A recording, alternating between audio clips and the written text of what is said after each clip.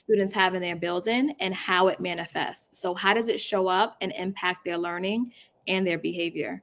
When I know that a student has ADHD and I understand that that might look like fidgeting, that might look like calling out, that might look like being overly talkative, I can kind of anticipate some of those behaviors and I have more grace and I can identify strategies to meet them where they are.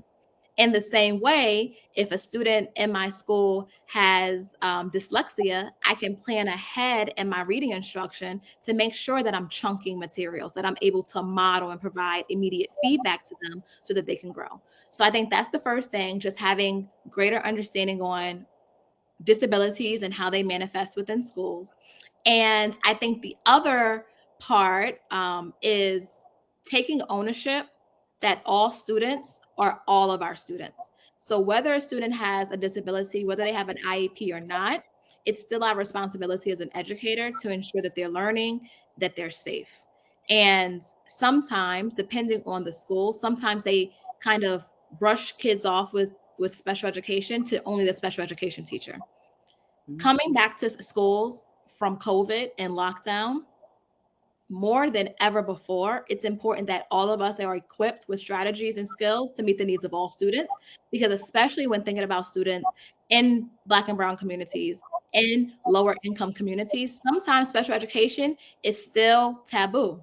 So that means that even though a student may qualify, the parents don't want to go through the process. So technically, they don't have a special education, they don't have the classification, they don't have an IEP, but they might need it.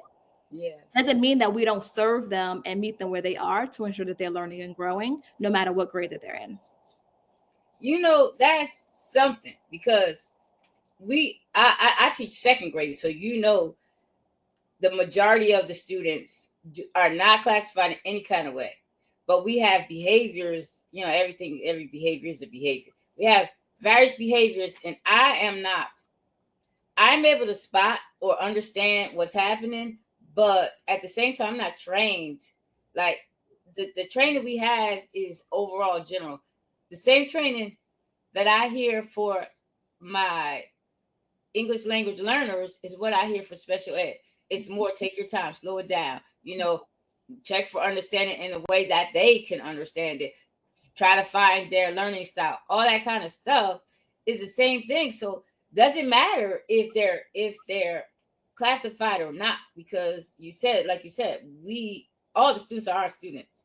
So is that does it matter if No, they're classified? no, because I tell people all the time, yes, I can tell you SPED strategies. I can tell you strategies that can benefit students with Down syndrome or students with intellectual disabilities. But at the end of the day, good teaching is good teaching. And sometimes I feel like schools get so distracted on small group instruction and referrals to special education that we're missing actually, maybe if we improve tier one instruction with the whole masses guide, we wouldn't need as many kids in small group and to be referred. But they want to jump to the more intensive supports instead of really zoning in on how can I equip all staff so that all students